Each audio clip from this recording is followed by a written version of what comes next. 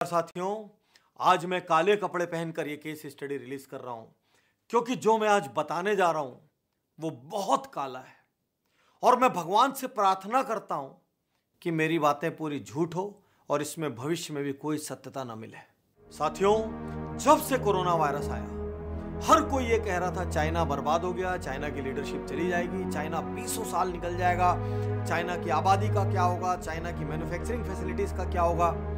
मैं भी बड़ा अचरज में आ गया और मैं वाकई में रिसर्च करने लगा कि कोरोना वायरस का इकोनॉमी पर प्रभाव क्या पड़ेगा। लेकिन मैं चौंक गया जब मैंने देखा कि एक्चुअली कोरोना वायरस से चाइना वर्ल्ड लीडर बन जाएगा। एक्चुअली कोरोना वायरस से चाइना यूएस के बराबर निकल जाएगा और कुछ वक्त में हो सकता है वो यूएस को पछाड़ दे। और उसी बीच ढेर सारी कॉन्स्पिरेसीज आ रही थी, मैन मेड वायरस या नेचुरल वायरस।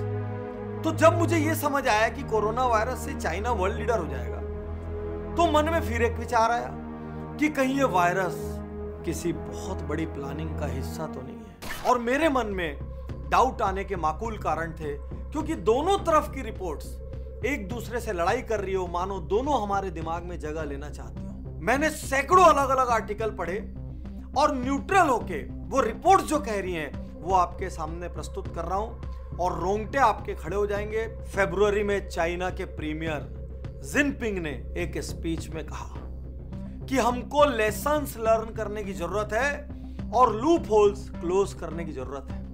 कौन से लूप होल्स की बात कर रहे थे उस समय किसी को समझ नहीं पड़ी, लेकिन अगले ही दिन चाइना की मिनिस्ट्री ने एक डायरेक्टिव जारी किया जिसमें उन्होंने तमाम लैब से कहा कि जितनी भी लैब्स एडवांस्ड वायरसेस पर रिसर्च कर रही हैं वो अपने बायो सिक्योरिटी मेजरमेंट्स को टाइट करें। तो जब ये वायरस मैन मेड है ही नहीं तो अचानक जो लैब रिसर्च कर रही है उनको अपने बायो सिक्योरिटीज को टाइट करने की जरूरत आ क्यों पड़ी। साथियों, बात और बढ़ गई जब चाइना की फॉरेन मिनिस्ट्री के प्रवक्ता लिजियन झाओ ने अमेरिका पर आरोप लगा दिया। उन्होंने कहा कि ये जो चाइना में वुहान में एपिडेमिक हुआ है ये यूएस लेके आया है और चारों तरफ वहां के मीडिया में कॉन्स्पिरेसी थ्योरी फैलने लगी कि लास्ट ईयर जो मिलिट्री गेम्स हुए थे उसमें अमेरिकन आर्मी ने ये वायरस लाके चाइना में प्लांट किया है। ये तो था चाइना का पक्ष। और उसके बाद अचानक यूएस कोर्ट में एक केस फाइल हुआ। बस फोटोज, फ्रीडम वॉच, लैरी क्लेमेन ने अमेरिका में एक केस फाइल किया और फाइल भी किसके अगेंस्ट किया? People's republic of China, China की सरकार और वुहान इंस्टीट्यूट ऑफ वायरोलॉजी, इनके खिलाफ केस फाइल किया $20 ट्रिलियन का, जिसमें यह आरोप लगाया गया कि यह पूरा काम चाइना की गलती से या उनकी योजना से हुआ है। साथियों, यह कोई छोटा मोटा केस नहीं था। ऐसा केस लगाने के लिए बहुत बड़ी हिम्मत चाहिए क्योंकि आप किसी एक व्यक्ति पे नहीं, दुनिया की सबसे शक्तिशाली अर्थव्यवस्थाओं में से एक पर केस लगा रहे हैं, इतना बड़ा इल्जाम लगा रहे हैं। लेकिन प्रश्न यह था, ये दोनों पक्ष एक दूसरे पे इतना दोषारोपण क्यों कर रहे हैं जबकि ये वायरस तो नेचुरल है। मैं आपको चौंकाने वाले फैक्ट बताऊं, इसके पहले सिर्फ 1 मिनट हिस्ट्री पे चलते हैं। नवंबर 2019 में चाइना में इस वायरस का पता चला। एक यंग डॉक्टर ली वेनलियोंग ने रिपोर्ट किया कि एक अजीब किस्म का निमोनिया, एक अजीब किस्म की बीमारी फैल रही है और उसके तुरंत बाद उनको वहां के स्थानीय प्रशासन ने बुलाया, उनसे जबरदस्ती कागजों पर हस्ताक्षर कराए और उसके बाद उनसे कहा गया कि ये बात आप कहीं नहीं करेंगे और 3-4 वीक तक पूरे मामले को दबा दिया गया और 1 महीने बाद उस डॉक्टर की डेथ हो गई। तो अब मैं जो आपको चौंकाने वाले तथ्य बताने जा रहा हूं, मैं ये क्लेम नहीं कर रहा हूं कि वो पूरी तरीके से सत्य हैं क्योंकि मेरी इतनी ताकत नहीं है कि मैं उनको वेरीफाई कर सकूं, लेकिन बहुत ज्यादा मैं रीडिंग करता हूं और इतिहास गवाह है बड़ी बड़ी चीजें इसी तरीके से योजनाबद्ध तरीके से होती है। तो हमको इसकी सच्चाई का पता लगाना बहुत जरूरी है ताकि हमारे आने वाली नस्लें इससे प्रभावित ना हो। वो ये तो कहें कि 2019-20 में कोरोना वायरस आया था, लेकिन वो ये ना कहें कि कोरोना वायरस 4 आया, 5 आया, 6 आया, 7 आया। आने वाली नस्लों को सफर नहीं करना चाहिए। सबसे पहला प्रश्न, वायरस कहां से आया? तो चाइना की सरकार कहती है यह वायरस हुनान के सी फूड मार्केट से आया, लेकिन रिपोर्टें कहती है कि जो वायरस के पहले मरीज पाए गए उन मरीजों ने कभी वो सी फूड मार्केट विजिट ही नहीं किया। फर्स्ट। सेकंड, वो सी फूड मार्केट है, वो चमगादड़ बेचने का मार्केट नहीं है। थर्ड, वुहान में नॉर्मली चमगादड़ खाना लोगों की डाइट का हिस्सा नहीं है। तो आइए जानने की कोशिश करते हैं, रिपोर्टें क्या कह रही है, वायरस कहां से पैदा हुआ। आपके तक ढेर सारे वीडियो आए होंगे जिसमें एक इंस्टीट्यूट की बात हो रही है, वुहान इंस्टीट्यूट ऑफ वायरोलॉजी। क्या वो अकेला दोषी है? सिर्फ एक सेकंड रुकिए, क्लियर करता हूं। लेकिन पहले मैं ये बता दूं कि पूरे चाइना में corona virus, novel corona virus जैसे एडवांस्ड वायरसेस को डील करने की कैपेसिटी सिर्फ और सिर्फ वुहान में है। लेकिन खास बात यह है, वुहान सेंटर ऑफ वायरोलॉजी, वहां से लगभग आधे घंटे का ड्राइव है। लेकिन रिपोर्टें कहती है वहां से सिर्फ 800 मीटर पर एक और बिल्डिंग है जिसका नाम है Wuhan centre for disease control and prevention. मजे की बात है, मैं जब गूगल में सर्च करने गया तो वुहान में कई सारे disease control and prevention centre दिख रहे हैं और वहां पर 800 मीटर दूरी पर भी एक disease control and prevention centre दिखता है। रिपोर्ट्स कहती हैं कि ये जो सेंटर है जो कि वहां से बहुत पास है, वो एक्चुअली दिखता है एडमिनिस्ट्रेटिव बिल्डिंग की तरह है, लेकिन उसके अंदर चमगादड़ों पर रिसर्च होती है। और कौन से चमगादड़ों पर? उन चमगादड़ों पर जिनके अंदर कोरोना वायरस पाया जाता है। और यहां यह भी बता दूं कि चाइना को अपनी वुहान की लैब्स पर गर्व है, क्योंकि इन्होंने ही यह सिद्ध किया था कि पिछली बार जो सार्स फैला था वो चमगादड़ों की मदद से फैला था। और खास बात यह, कुछ रिपोर्ट्स ये कहती हैं कि जिस वक्त नोवल कोरोना वायरस फैला, उसका आउटब्रेक हुआ, उस वक्त उस लैब में बड़ी तादाद में उसी तरह के चमगादड़ थे।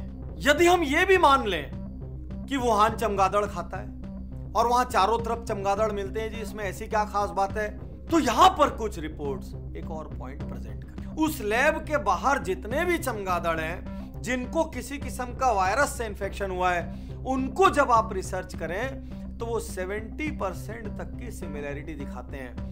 लेकिन लैब के अंदर जो चमगादड़ हैं वो नोवेल कोरोना वायरस से लगभग 96% तक की सिमिलैरिटी दिखाते हैं। एक बात और जो रोंगटे खड़ी कर देती है वो ये है कि जिन चमगादड़ों से कोरोना वायरस फैला वो वहां के लोकल है ही नहीं। वो वहां से 900 किलोमीटर दूर यूनान और जेजियांग नामक जगह पर मिलते हैं। तो भाई 900 किलोमीटर दूर कौन लेके आया? क्या चमगादड़ उड़ के आ गए?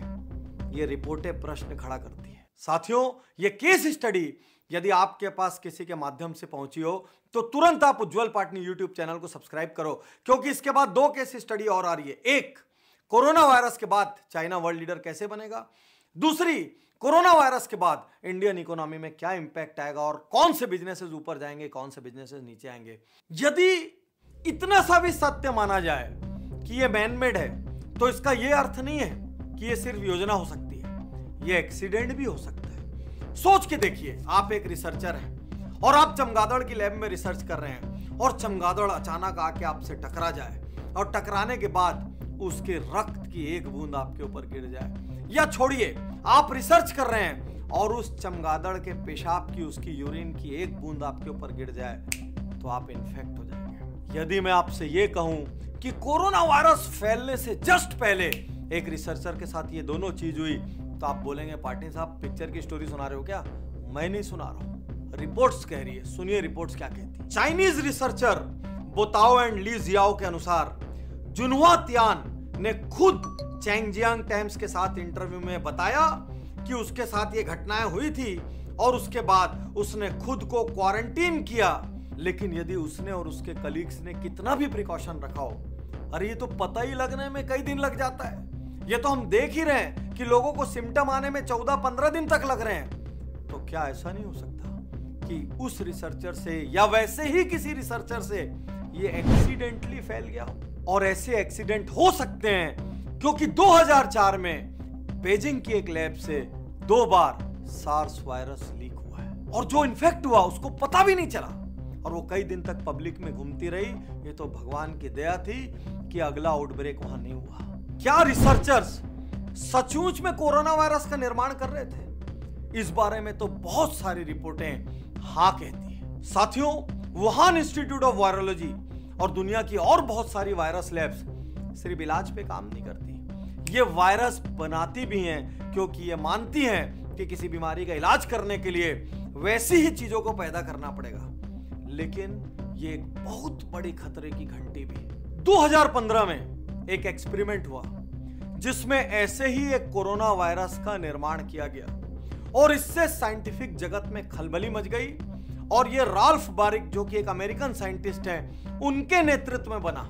हालांकि आज उस वेबसाइट पर जब आप जाओगे तो वो डिस्क्लेमर देते हैं कि चारों तरफ ये अफवाह उड़ रही है कि हमने वो वायरस बनाया, लेकिन ये सच्चाई नहीं है, वो एनिमल ओरिजिन का है। लेकिन यहीं पर कुछ साइंटिस्ट ने उसका विरोध किया था।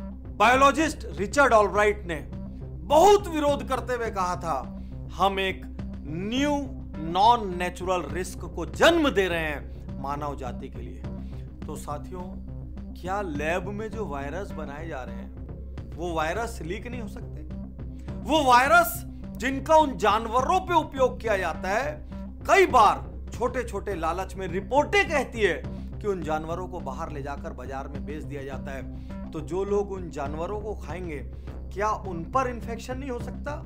इतना बड़ा रिस्क दुनिया का कोई भी देश क्यों ले रहा है भाई मानव जाति के लिए? और French virologist Simon when Hobson ने कहा, इफ द वायरस एस्केप्ड, यदि वायरस एस्केप हो गया तो क्या होगा? तो क्या जो रिपोर्टें कह रही है कि वायरस एस्केप हुआ है, हम छोड़ देते हैं, प्लान या एक्सीडेंट एक साइड करिए, लेकिन क्या जो रिपोर्टें कह रही है कि वायरस एस्केप हुआ है, इसमें कोई सच्चाई है? कुछ बातें रिपोर्टें कह रही है, लेकिन मेरा मन एक बिजनेस कोच होने के नाते, एक रिसर्चर, एक खोजी होने के नाते एक सवाल मेरे से कर रहा है। चाइना की बॉर्डर पे टोटल 14 देश, Russia, Pakistan, India, Afghanistan, Nepal, Kyrgyzstan, Tajikistan, north Korea, Bhutan, Laos, Mongolia, Kazakhstan, Myanmar and Vietnam. 14 देश हैं। इन 14 देशों को मिला के टोटल आज जब मैं वीडियो रिकॉर्ड कर रहा हूं तो 10,000 केस भी नहीं है। और वहीं वर्ल्ड की जो सबसे डेवलप्ड इकोनॉमीज हैं, सबसे पावरफुल इकोनॉमीज हैं, सबसे अच्छी मेडिकल फैसिलिटीज जहां पर हैं, सबसे ज्यादा टूरिस्ट सेंटर्स हैं, जो वर्ल्ड का पावर सेंटर कही जाती हैं, उन देशों में हर दिन 40,000 केस मिल रहे हैं। तो कुछ तो ऐसा है जो मैं जानना चाहता हूं कि यदि ये चाइना है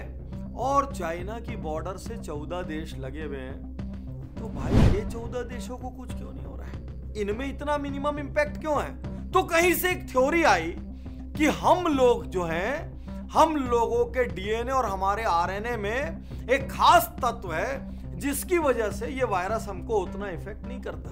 तो क्या ये खास तत्व वाला वायरस बनाया गया जिससे कि डेवलप्ड इकोनॉमीज क्रिपल हो जाए, जिससे कि दुनिया के सबसे शक्तिशाली देश घुटनों पे आ जाएं, और जहां पर वैक्सीन्स डॉलर, पाउंड और यूरो में बिके?